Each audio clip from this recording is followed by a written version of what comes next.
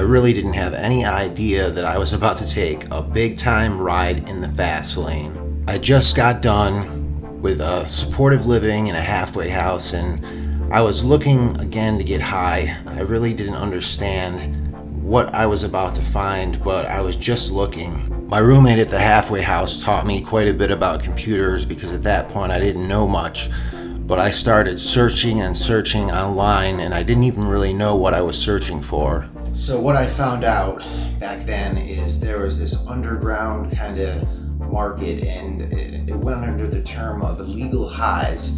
And that sounded good to me because I think that's how I actually found everything. There was a whole bunch of forums and things like that, and I ended up ordering, a 1 gram sample from a guy in the UK, and when it came, I tried it, and it was insane. It was just like MDMA. I couldn't believe it.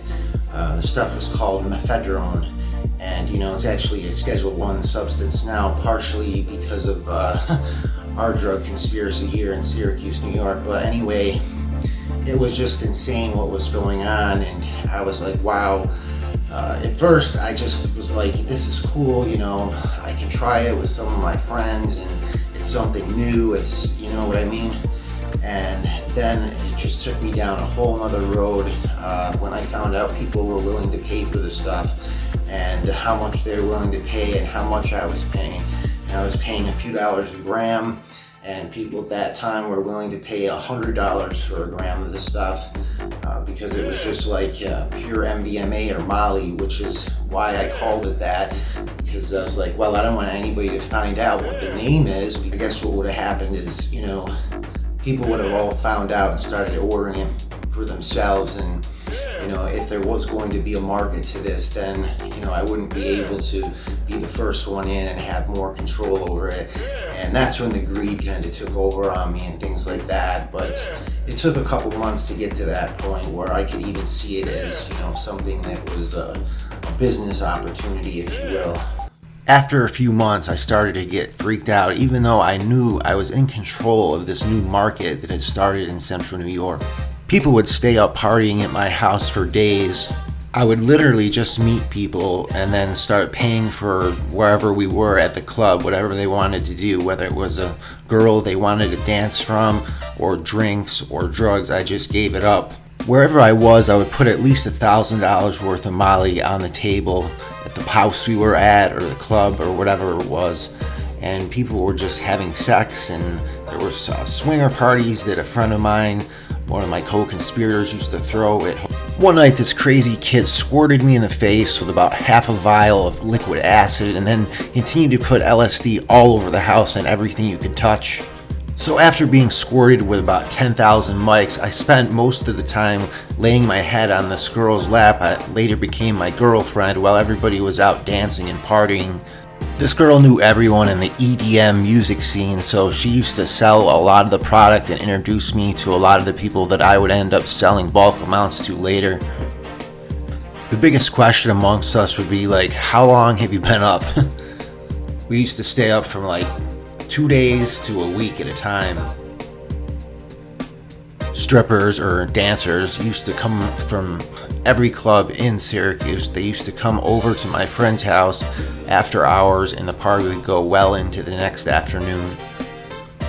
And yes, even the male strippers used to come over. So the swinger parties my friend used to throw then became swinger conventions. He would rent the hotel out, the whole thing, and there would be people driving into the hotel all night long as he prepared packages and sent them out. So he made a couple $100,000 a month, and I made about $60,000 a month, despite I gave him my connection.